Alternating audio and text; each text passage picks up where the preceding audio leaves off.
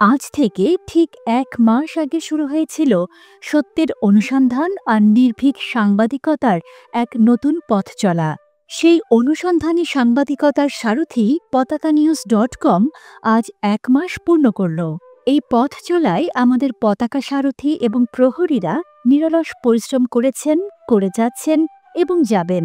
সমাজের ন্যায্যতার জন্য এই অদম্য অন্বেষণ চলবে অবিরাম। পতাকা নিউজের মাসপূর্তিতে সেই সাহস, সংগ্রাম আর পেশাদারিত্বের এক ঝলক পাঠক দর্শকদের জন্য। চাকরি ঝুঁকিতে ৩ ডেপুটি গভর্নর। ২৭ জুলাই এমন একটি অনুসন্ধান পতাকা নিউজে প্রকাশিত হওয়ার পর আলোড়ন উঠে ব্যাংক পাড়াসহ সংশ্লিষ্টদের মাঝে। ওই অনুসন্ধানে জানা যায়, বাংলাদেশ ব্যাংকের ডেপুটি গভর্নরের নিয়োগে কিভাবে ক্ষমতার খেলা চলেছে। প্রচলিত রীতির বাইরে আগে আদেশ জারি, বাংলাদেশ ব্যাংকের নিয়োগে সাবেক রাষ্ট্রপতির প্রভাব উঠে এসেছিল আলোচিত এই প্রতিবেদনে। যেন চোরে চোরে মাসতুতো ভাই। পতাকা নিউজের আরেকটি তুমুল আলোচিত প্রতিবেদন চোরে চোরে মাসতুতো ভাই। ২৯ জুলাই প্রকাশিত রিপোর্টটিতে এক পিআইওর প্রকল্প লুটপাট, সরকারি আদেশ উপেক্ষা করে পুনরায় নিয়োগ দুর্নীতি এবং এই কর্মকর্তাকে বাঁচাতে প্রশাসনের সর্বোচ্চ পর্যায়ের প্রভাব খাটানোর বিষয়টি উঠে এসেছিল। গ্রামীণ উন্নয়ন কাজের কেন্দ্রে থাকা পিআইওরা হাজারো দুর্নীতি করেও কিভাবে পার পেয়ে যায়, কারা কিভাবে পদে পদে রক্ষা করে তারই দৃষ্টান্ত রয়েছে এই আলোচিত প্রতিবেদনটিতে। ভোটের তাপে অতিথি পাখিদের ছটপটানি সিলেট জুড়ে।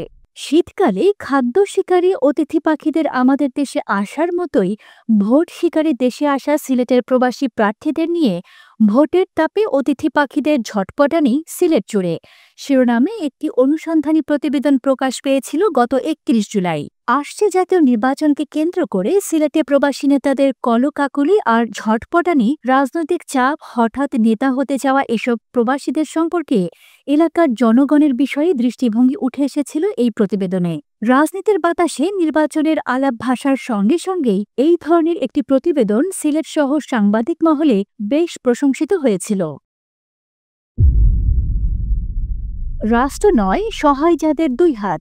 নিয়মিত দারুণ সব প্রতিবেদন প্রকাশে ইতিমধ্যেই বোদ্ধা পাঠক মহলে প্রশংসা কুড়িয়েছে পতাকা নিউজ। এর মধ্যে মৌলভীবাজারের প্রান্তিক মানুষের জীবন সংগ্রাম নিয়ে রাষ্ট্র নয়, সহায় যাদের ২ হাত প্রতিবেদনটি পতাকা নিউজের সেরা পঠিত খবরগুলোর একটি। অনুসন্ধানী সাংবাদিকতার প্রচলিত নেতিবাচক ঘটনাবলীর বাইরে গিয়ে রাষ্ট্রযন্ত্রের রক্তপ্রবাহে প্রান্তিক মানুষের অংশগ্রহণ নিয়ে দারুণ একটি প্রতিবেদন এটি। প্রশাসন এলোমেলো যেসব কারণে।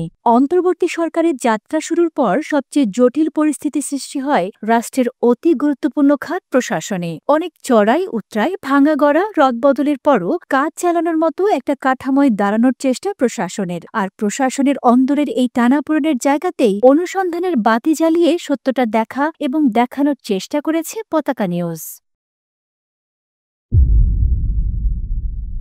এরশাদে শুরু, হাসিনায় সারা। ব্যাংক লুটেরাদের গুরু এস আলম কিভাবে জনগণের টাকা লুটপাটের নীল নকশা করে ইউনিয়ন ব্যাংক সৃষ্টি করেছেন আর কিভাবে কারসাজির মাধ্যমে ব্যাংকটিকে কেন্দ্র করে দেশের হাজার কোটি টাকা লুটপাট করেছেন তার ইতিবৃত্ত উঠে এসেছে আলোচিত এই প্রতিবেদনে। আমানতকারীদের ১৯,৩২৮ কোটি টাকা কিভাবে রাতারাতি লুটপাট করা হলো, কিভাবে ব্যাংকের বিতরণ করা ২৮,২৮৭ কোটি টাকা ঋণের বড় অংশই বেনামি কোম্পানির আড়ালে নিয়ে গেছে এস আলম গং, তার বিস্তারিত উঠে এসেছে এরশাদে শুরু, হাসিনায় সারা শিরোনামের এই প্রতিবেদনে। সাদা পাথর, গরিবের হাত থেকে কালো থাবায় যেভাবে। দেশ জুড়ে আলোচিত সমালোচিত সিলেটের সাদা পাথর লুট নিয়ে বেশ কয়েকটি প্রতিবেদন প্রকাশ করেছে পতাকা নিউজ।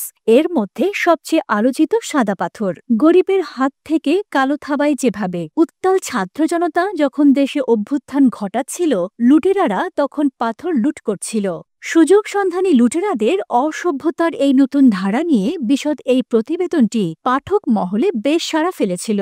মেঘালয়ে খাসিয়া, জৈন্তিয়া পাহাড়ের ঝর্ণার পানির সাথে ভেসে আসা পাথরগুলোর কর্তৃত্ব বহু কাল ধরেই ছিল স্থানীয় মানুষের হাতে। পাথুরে ঝিরি, নদ-নদীতে মাছ ধরা আর পাহাড়ের পাদদেশে কৃষিকাজ করেই চলত সাধাসিধা এই মানুষগুলোর জীবন। এই পাথর রাজ্যের গরিবের হাতে থাকা পাথরগুলোর ওপর কবে থেকে লুটেরাদের চোখ পড়ল, কিভাবে পাথর রাজ্যের গৌরবময় ইতিহাসের সমাপ্তি ঘটেছে, তার পুরোটাই উঠে এসেছে পতাকা নিউজের বিশেষ এই অনুসন্ধানী প্রতিবেদনে।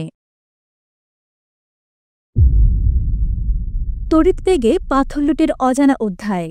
সাদা পাথর লুট নিয়ে আরেকটি সময়োপযোগী প্রতিবেদন, তড়িৎবেগে পাথর লুটের অজানা অধ্যায়। এই প্রতিবেদনে অনুসন্ধান করা হয়েছে কেন, কিভাবে সাদা পাথরে লুটপাটের রকেট গতি এসেছিল, কারা জড়িত ছিলেন এই পাথর লুটপাটে, বালু ইজারার সঙ্গে পাথর লুটের কি সম্পর্ক, সবকিছু। স্থানীয় রাজনীতির সঙ্গে পাথর লুটের যোগসূত্র, তৃণমূলের কারা কারা এই লুটের সম্পৃক্ত, সবই উঠে এসেছে এই প্রতিবেদনে। প্রশাসন চোখ বন্ধ করে ফেলার পর ইজারা এলাকায় কিভাবে বেপরোয়া লুটপাট চলেছিল তার বিস্তারিত বর্ণিত হয়েছে অনুসন্ধানী এই প্রতিবেদনে। একজন জুলাই যোদ্ধা কেন এত মামলা প্যাছে। পতাকা নিউজের আরেকটি বিশদ অনুসন্ধানী প্রতিবেদন, একজন জুলাই যোদ্ধা কেন এত মামলা প্যাছে। জুলাই গণ অভ্যুত্থানে চোখ হারানো চট্টগ্রামের ২৪ বছরের যুবক সাইফুদ্দিন মোহাম্মদ এমদাদকে ঘিরে এই অনুসন্ধানী প্রতিবেদনটি। মাথা ও মুখে অনেকগুলো ক্ষত নিয়ে ঘুরে বেড়ানো এমদাদ সরকারিভাবে গুরুতর আহত জুলাই যোদ্ধা হিসেবেও তালিকাভুক্ত হয়েছেন। চিকিৎসার সময় পেয়েছেন সরকারি সহায়তা, কিন্তু সমস্যা বেঁধেছে মামলা নিয়ে। তার জুলাই আহতের ঘটনা নিয়ে মামলা হয়েছে দুটি, একটি ঢাকায়, একটি চট্টগ্রামে। চট্টগ্রামের মামলার বাদী এমদাদ নিজেই। একই ঘটনায় ঢাকায় আরেকটি মামলা করেছেন অপর এক ব্যক্তি। এদিকে তদন্ত রিপোর্টে পুলিশ জানিয়েছে মামলায় উল্লেখিত ঘটনাবলীর কোনো সত্যতা নেই। জটিল রহস্য, তাই না? কিন্তু জটিল এই রহস্যের সমাধান করেছে পতাকা নিউজ। জানা গেছে সম্পূর্ণ ভিন্ন এক সত্য। কি সেই সত্য? প্রিয় পাঠক, খবরটি না হয় পড়ে নিন পতাকা নিউজ থেকে। এছাড়াও পতাকা নিউজের গত ১ মাসের অনুসন্ধানে বেরিয়ে এসেছে জুলাই গণ অভ্যুত্থানে শহীদের তালিকা চূড়ান্ত না হওয়ার কারণ, প্রশাসনের ব্যর্থতা, নানা খাতের দুর্নীতির প্রতিবেদন সহ ঘটনার পেছনের নানা অজানা অধ্যায়। ১ মাসের পথ চলায় অনুসন্ধান ও সত্য প্রকাশে নিরলস চেষ্টা চালাচ্ছে পতাকা নিউজ। সারা দেশে পতাকা সারথীদের প্রতিদিনের সাহসী লড়াই সমাজের অবহেলিত মানুষগুলোর জন্যই। সত্যের পক্ষে নির্ভীক অনুসন্ধানে পতাকা নিউজ প্রতিশ্রুতিবদ্ধ।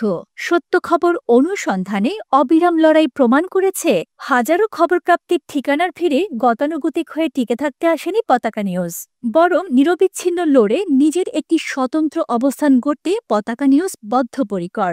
এই লড়াইয়ে পাশে থাকার জন্য সকল পাঠক এবং শুভানুধ্যায়ীদের জানাই আন্তরিক ধন্যবাদ।